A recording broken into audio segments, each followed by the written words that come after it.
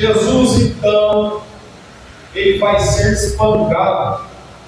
Essa arma, ela era feita de um cabo de metal, de madeira, e na ponta de cada tira desse cabo, que continha 12 tiras de couro, era colocado no osso de um animal bem afiado, e até mesmo na sua ponta também alguns chumbos para dar peso na batida. Levaram Jesus até o trono, e segundo alguns teólogos, foram 39 chicotadas em suas costas. 39 vezes 12 tiras de couro, 468 feridas abertas no corpo de Jesus. O corpo de Jesus está dilacerado. Pegaram uma capa de cor escarlate, colocaram em suas costas, produziram uma coroa de espinhos que media cerca de 10 a 14 centímetros, colocaram em sua cabeça, pegaram um pedaço de cana, colocaram na palma de sua mão direita, logo em seguida vendaram o seu rosto, cuspiam nele, com paus e pedras nas mãos batiam nele, e zombavam dizendo: profetiza, se tu és o Cristo, quem foi quem te bateu? Nos revela quem foi que te cuspiu. Se ajoelhavam e zombavam, gritando: salve-nos, rei dos judeus. Quando eles acabaram de zombar do meio do seu Jesus, eles se levantaram em pé e com força arrancaram aquele pedaço de cana de sua mão, e com aquele mesmo pedaço de cana eles começaram a bater na sua cabeça. E o que estava na cabeça de Jesus? A coroa de espinhos. E quando eles mais batiam, mais aquela coroa ia se cravando, e Jesus estava sofrendo. Mas ele estava sofrendo por causa de mim e por causa de você. Porque Deus amou o mundo de tal maneira que deu o seu Filho unigênito para que todo aquele que nele crê não pereça, mas tenha a vida eterna. Conduziu um pedaço de madeira vertical que pesava, eu posso falar que pesava cerca de 50 quilos. 50 quilos já é um saco de cimento, pode até pesar mais, mas ninguém sabe quantos que pesava, mas a gente acredita, né, pastor Caio, que seja coisa de, é nessa faixa de 60, meus irmãos, passa de 80, mas independente, era pesado. Quando chegou no local do crucifixo, estenderam o seu braço esquerdo naquele madeiro, e com pregos grandes, colocados no meio da palma da sua mão, com um martelo batiam e cravaram ele naquele madeiro. Juntaram os seus pés, e com aquele prego gigante, transpassou, unindo os dois também naquela cruz. Jesus então foi crucificado, mas depois de 3 dias ele ressuscitou. Porém, nesse intervalo, esses 2 discípulos, angustiados, aflitos, perplexos, com tudo que eles haviam enxergado, eles, com um destino até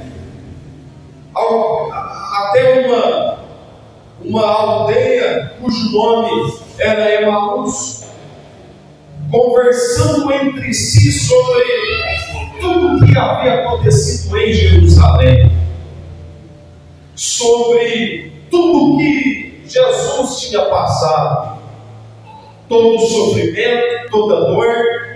Não perceberam que um homem que surge para caminhar com eles era o próprio Jesus. mas a Bíblia vai nos falar que os olhos deles estavam como que fechados, e eles não conheceram que quem estava andando com eles, rumo ao destino deles, era Jesus ressurreto. Era o Jesus que tinha sido crucificado, mas que tinha acabado de ressuscitar depois do terceiro dia. Mas eles estavam tão impressionados, tão contagiados com tudo que eles viram lá em Jerusalém, que eles não perceberam que Jesus estava do lado deles. E muitas das vezes nós também nos encontramos nesta situação. Nós estamos tão concentrados no passado que a gente não consegue perceber Jesus no presente. A gente está tão concentrado no nosso sofrimento que se passou que a gente não consegue mais ver Jesus no presente. A mente deles está em Jerusalém, e por causa disso eles não conseguem ver Jesus andando do lado deles. Tem gente que não vai romper na vida porque está vivendo aprisionado no passado. Tem gente que não avança porque vive preso no passado. Tem gente que não prospera porque continua preso no passado. Tem gente que não vai vencer na vida, não vai vencer no ano de 2026, porque ainda está sofrendo com as coisas do passado. Tem gente que não vai viver um novo tempo para a sua vida, porque está com a mente lá no passado. Eu sei que muitas das vezes o passado não é fácil de ser superado, mas Jesus está aqui nesta noite e Ele trouxe para te trazer uma palavra. Quem me ouve, diga amém. Quem me ouve, diga amém. Jesus está falando para alguém aqui: você a partir de hoje não vai ser mais escravo do passado, porque eu estou te dando força para você vencer ele hoje. Chegou um novo tempo sobre a sua vida, chegou um novo tempo sobre a sua casa, chegou um novo tempo em que Deus vai fazer coisas novas. Deus está te dando forças nesta noite para você caminhar mais algumas milhas. Sabe por quê? Independente do que você viveu no passado, Jesus ainda está aqui no presente e Ele está pronto para te abençoar. Jesus é o teu melhor amigo. Talvez te abandonaram, talvez desacreditaram no teu ministério, talvez não estão dando mais crédito para você, mas Jesus está falando: eu ainda sou o Deus que estou com a caneta da tua história na minha mão. Talvez um homem tentou apagar, talvez um homem tentou colocar um ponto final, mas Deus hoje coloca uma vírgula e Ele fala: eu ainda vou continuar escrevendo a tua história. Levanta a sua cabeça, começa a olhar para frente. Sabe por quê? Porque Jesus tem novidade de vida para você nesse ano de 2026. Você não pegou essa profecia não? Levanta a sua mão que eu vou profetizar mais uma vez. Levanta a sua cabeça, porque esse ano a tua casa vai avançar, o teu ministério vai avançar, a tua vida financeira vai prosperar em nome de Jesus.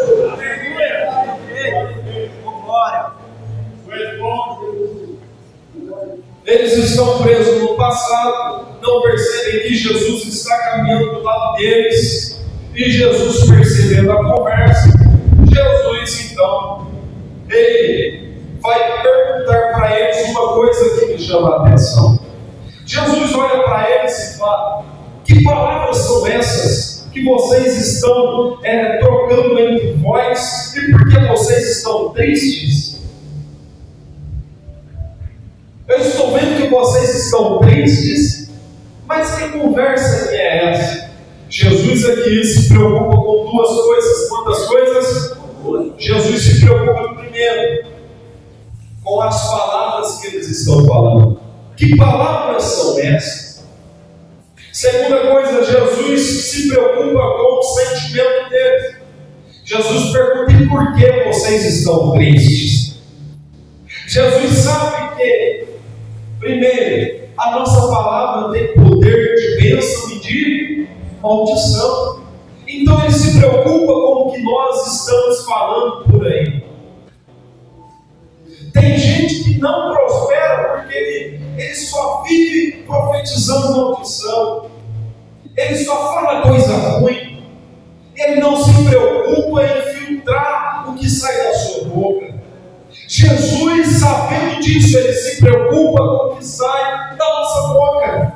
Porque da nossa boca a gente sabe, não pode sair maldição, mas tem que sair bênção. Se eu fosse você, eu já chegava na sua casa hoje lá profetizando. Meu marido é de Jesus, minha esposa é de Jesus, meu filho é uma bênção, minha filha é uma bênção, o meu serviço é uma bênção.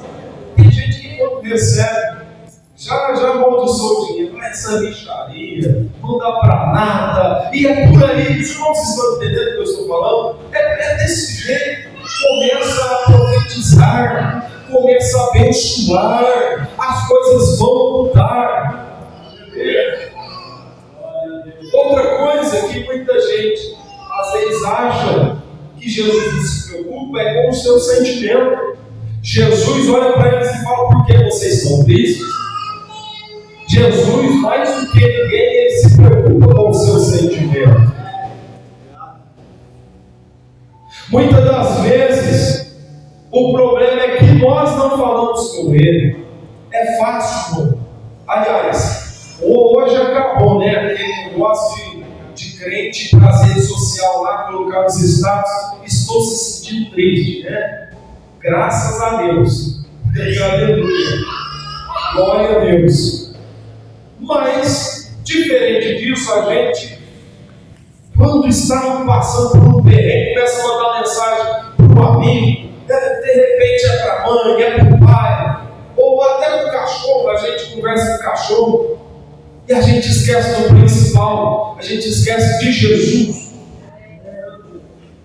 E se a gente entrar dentro do quarto, fechar a porta e falar para ele, a gente vai, meus irmãos, ser surpreendidos, porque ele vai revelar coisas grandes para a gente acerca da nossa situação e dos nossos problemas. O que precisa ser feito? Antes de você falar para alguém, procure Jesus, porque ele sim se preocupa com o seu sentimento. Jesus se preocupa tanto com o seu sentimento que, continuando a conversa, eles olham para Jesus e falam: nossa, você é peregrino aqui em Jerusalém e você não viu, não sabe o que aconteceu lá? O nosso Jesus foi crucificado, ele sofreu, ele passou por isso, por aquilo. Aí Jesus perguntou: mas quais coisas? Jesus sabia, meu irmão, de tudo que havia acontecido, sim ou não?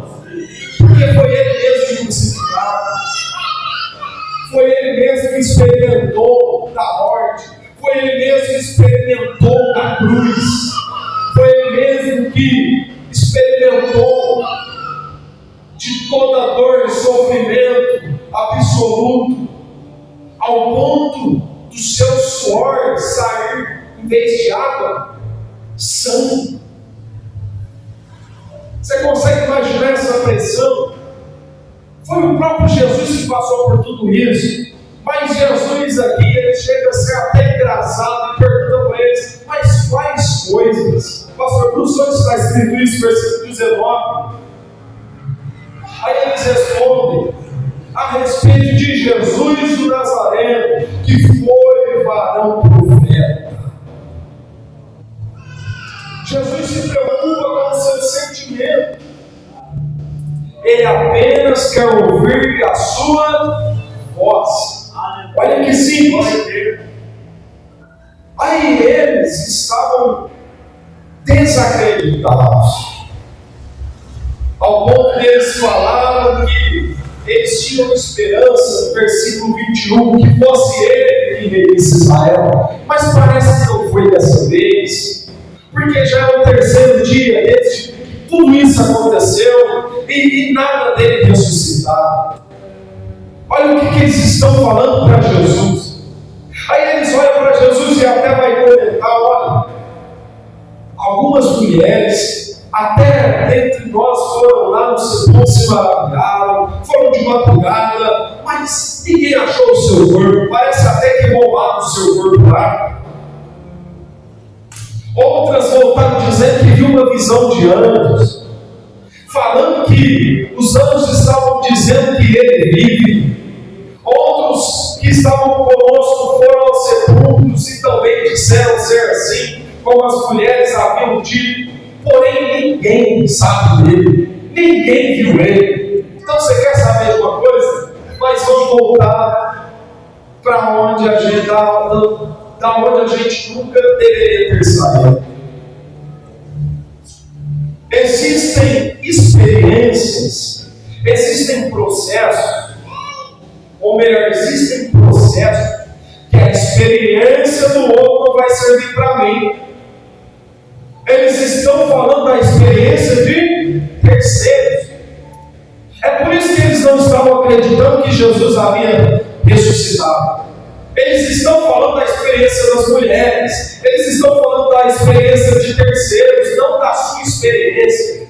Então existem processos que a experiência da outra pessoa não vai servir para mim, não vai servir para você. Sabe por quê? Porque quem vive a experiência dos outros não tem alicerce. Jesus quer te dar novas experiências. Jesus, ele quer ter uma experiência nova com você, para que você venha ter alicerce nele e acreditar literalmente que ele ainda é um Jesus que salva, que liberta, que cura, que tem o poder de tirar o homem das drogas, do lamaçal do pecado e trazer ele para Deus. Muitas das vezes nós desacreditamos disso. E Jesus hoje está falando: eu vou te dar experiência.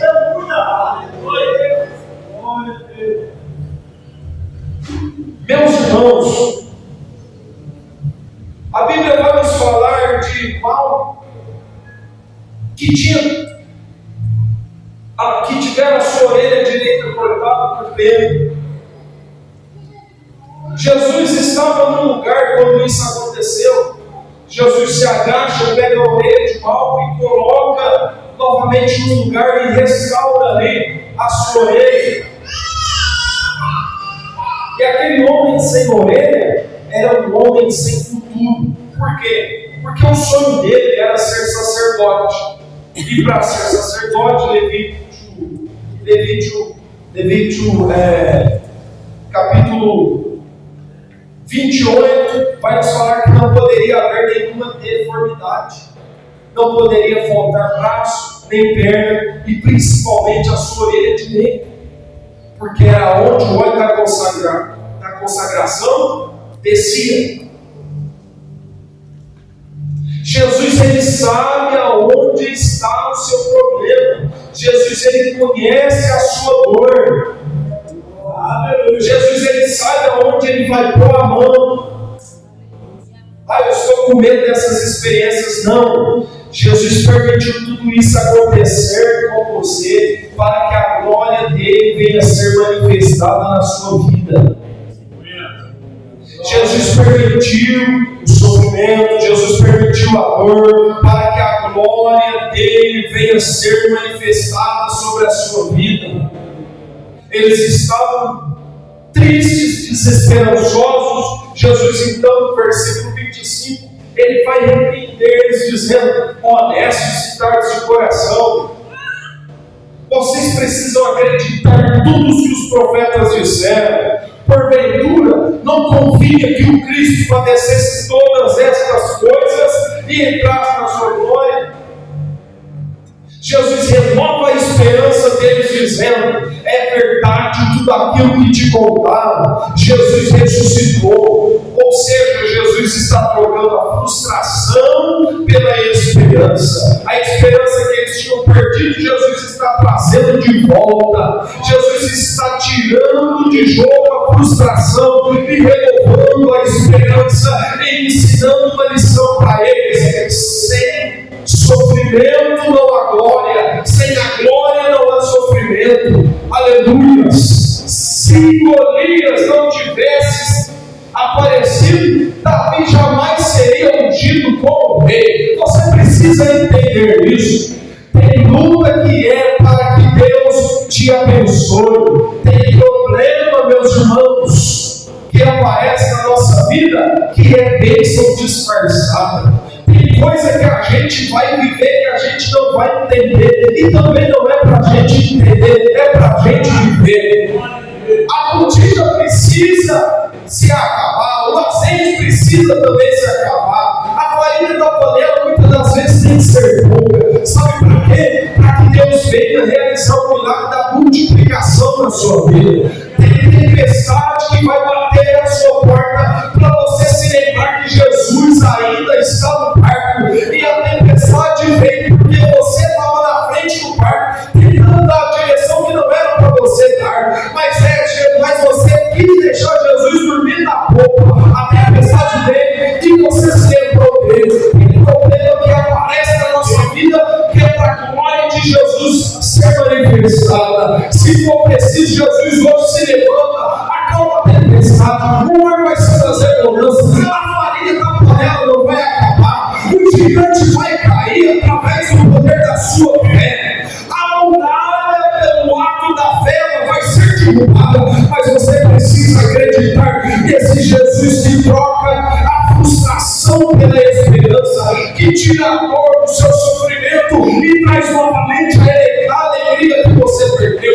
Jesus, ele ainda é o mesmo ontem, hoje será eternamente. É o mesmo que operou na sua vida no passado e vai continuar operando na sua vida no presente. Jesus ainda é aquele que acredita em você. Jesus ainda é aquele que te toma pela tua mão e te diz: você é minha, você é meu, você é minha escolhida, você é o meu escolhido. E se você passar pelas águas, as águas não te afundarão pelos rios, os rios não te submergirão. Quando passares pelo fogo, aleluia, não te queimará e nem a chama arderá em ti, porque o nosso Deus ainda te guarda. Ele ainda vela pelo cumprimento da sua palavra. Cadê a tua esperança? Jesus está perguntando, homem e mulher, onde está a sua fé nessa noite? Tudo isso aconteceu foi para que a minha glória venha a ser manifestada. Glória a Deus.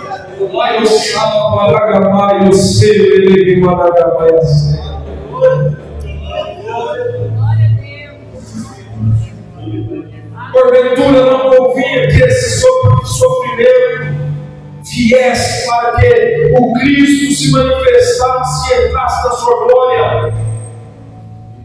Jesus começa a falar de Moisés, e Jesus vai pregando, vai falando sobre os profetas. Jesus começa desde Gênesis, e Jesus começa a explicar todas as escrituras.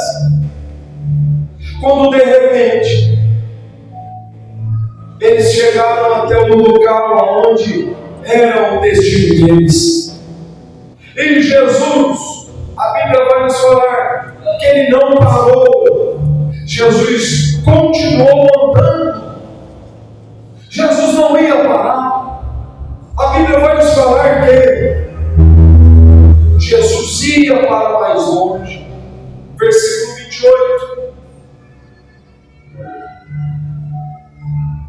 Mas um deles dá um grito e constrange o coração de Jesus, dizendo: fica conosco. Sabe por quê? Porque já é tarde e já declinou o dia. E a Bíblia vai nos falar que Jesus parou, voltou e entrou para ficar com eles. Se você pedir, Jesus vai ficar. Se você pedir, Jesus fica. Aleluia. Aí, eles se assentaram à mesa. Jesus tomou o pão. Jesus partiu o pão e abençoou o pão. Aí sabe o que vai acontecer? Depois que Jesus faz tudo isso, quando Jesus parte o pão, Jesus abençoa e reparte para eles, os olhos deles são abertos. Abriram-se então os seus olhos e conheceram que era Jesus que estava com eles, e Jesus, teletransportou, desapareceu. Aleluia. Jesus agora não vai se manifestar através da cura de um cego, para que eles pudessem reconhecer que era Jesus. Jesus não está ressuscitando o morto. Jesus não está curando o paralítico. Jesus agora está partindo o pão. E quando Jesus parte o pão, Jesus se revela. Aleluia, glória. Quando Jesus parte o pão, eles conhecem que era Jesus. Sabe por quê? Somente Ele pode dizer: coma deste pão que é do meu corpo, e beba deste cálice que é o meu sangue que foi entregue por vós. Somente Jesus pode fazer isso. E quando Jesus reparte o pão, eles conhecem Ele. E quando nós repartimos o pão, nós também parecemos com Jesus no espelho. Quando a gente reparte o pão, a gente se parece com Jesus. Olha que coisa linda. Aí sabe o que aconteceu? Depois que Jesus apareceu, eles começaram a conversar, dizendo para o mundo: porventura, o nosso coração ardia quando pelo caminho Ele nos falava das Escrituras. Ele abria as Escrituras e falava sobre elas. O nosso coração queimava. Aleluia. Quando você não conseguir ver Jesus, você vai ouvir. Se essa palavra está ardendo no seu coração, é porque essa palavra não é minha, é o próprio Jesus que está falando no seu coração. Se você não está conseguindo enxergar Jesus, hoje você consegue ouvir. O coração deles ardia. E agora eles vão tomar uma decisão. Você quer saber de uma coisa? Vamos voltar para Jerusalém. Não vamos ficar aqui de bobeira não, porque Jesus ressuscitou. A promessa ainda está de pé. Aleluia. E eles se levantaram na mesma hora e voltaram para Jerusalém. Sabe por quê? Porque quem encontra com Jesus no caminho de Emaús nunca sai de Jerusalém. Jesus está falando: volta para Jerusalém, volta para o centro da minha vontade, volta para o centro do propósito que eu te estabeleci. Se você continuar fugindo de Jerusalém, você apenas vai atrasar a promessa. Não atrase a promessa. Volte para Jerusalém, volte para o centro da vontade de Jesus. Jesus está falando: eu te encontrei hoje no caminho de Jerusalém. Aleluia. Para você não ir para Emaús, mas é para você voltar, porque a promessa que eu te fiz ainda está viva, e operando eu, ninguém vai impedir. O diabo fez de tudo para você abaixar sua cabeça, para você levantar a bandeira branca de rendição, entregar o jogo, entregar os frutos, murmurar, desanimar. Mas não, hoje eu estou te dando uma injeção de ânimo para você continuar avançando, porque eu sou fiel para cumprir tudo aquilo que eu te prometi. Acalma o seu coração, tudo tem um tempo, é no meu tempo, não no seu tempo. Deus está falando entre os céus e a terra, existe um tempo que foi estabelecido. A gente planta, depois de um tempo a gente colhe. A gente nasce, depois de um tempo a gente morre. A gente existe e passa pelo tempo chamado tempo de alegria ou de paz. Mas também existe um tempo chamado de aflição, de desespero, de desesperança, de sofrimento, amargura, choro, tristeza. Mas Deus, Ele vai abrir o seu sorriso novamente. Ele vai colocar um novo cântico na sua boca. E a alegria que você perdeu, ela vai voltar a habitar no seu coração. Jesus hoje, Ele vai mudar o semblante do seu rosto. E Ele vai te trazer uma nova esperança através da força que existe na presença dEle. O Espírito Santo está aqui nesta noite. E hoje Ele te renova através da sua fé. Porque você está desanimado, porque você está triste, porque você quer acabar com o seu casamento ou com o teu ministério. Jesus está falando: eu ainda estou contigo. Jesus ainda restaura. Jesus ainda tem o poder de libertar. Eu não estou falando de qualquer pessoa, eu estou falando de alguém que fez na minha vida e que eu tenho experiência não dos outros para te contar, mas da minha vida. Jesus ainda cura qual é a tua enfermidade. Jesus ainda cura, meus irmãos. Jesus ainda cura. Aleluia. E hoje é a noite da sua vitória. Eu quero orar por você. Se coloque sobre os seus pés, por gentileza. Eu não sei de qual forma você veio aqui nesta noite, mas de uma coisa eu sei: o mais importante, o principal está aqui, que é Jesus.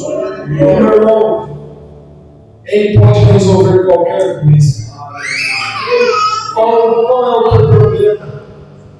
Você vai orar comigo, porque quem está passando por isso é você.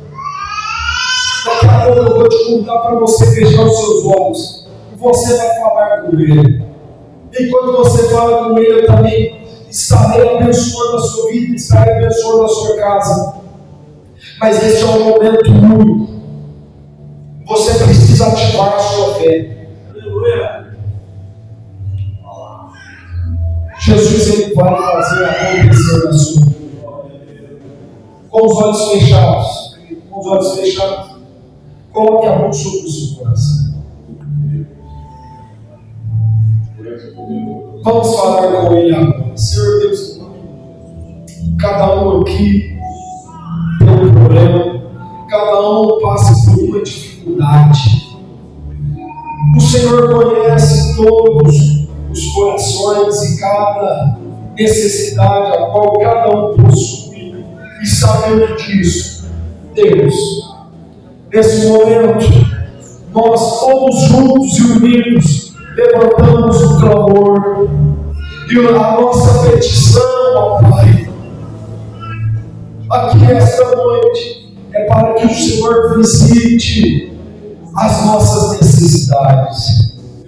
Deus, em nome de Jesus, vai visitando cada família, cada lar neste momento. Aonde houver necessidade, aonde houver, ó Pai, em nome de Jesus, dificuldade, que o Senhor possa agir, que o Senhor venha de encontro a Deus. Se for a enfermidade, em nome de Jesus, cura. Deus, se for preciso de uma libertação, em nome de Jesus, liberta. Nós não sabemos, ó Pai, qual é o motivo de cada um. Qual é, ó Pai, o desejo do coração da sua igreja. Mas o Senhor sabe, porque o Senhor sonda os nossos pensamentos pensamento e a intenção do nosso coração.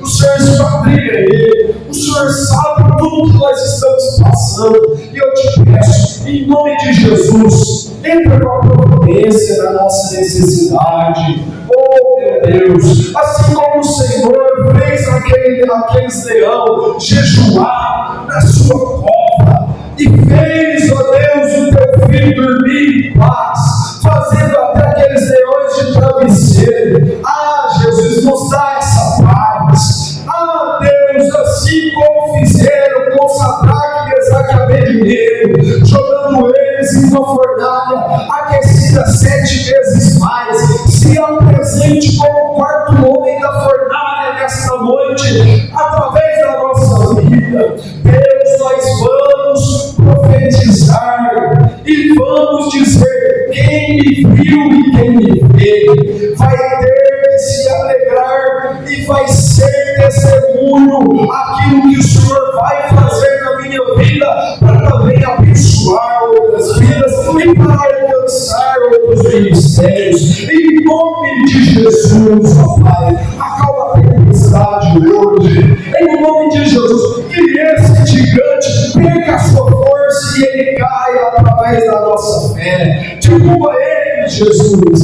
Ah, Deus, em nome de Jesus, essa muralha não é mais forte do que a nossa fé. Nós acreditamos em um Deus que fez os céus e a terra. Outros confiam em carros, em cavalos, mas nós não. Nós hoje aqui estamos pela fé, baseados em Jesus. Ah, Deus, nos ajuda nessa hora. É o que nós te pedimos e te agradecemos. Amém e graças a Deus. Dê uma salva de palmas para Jesus. Deus abençoe a todos em nome de Jesus.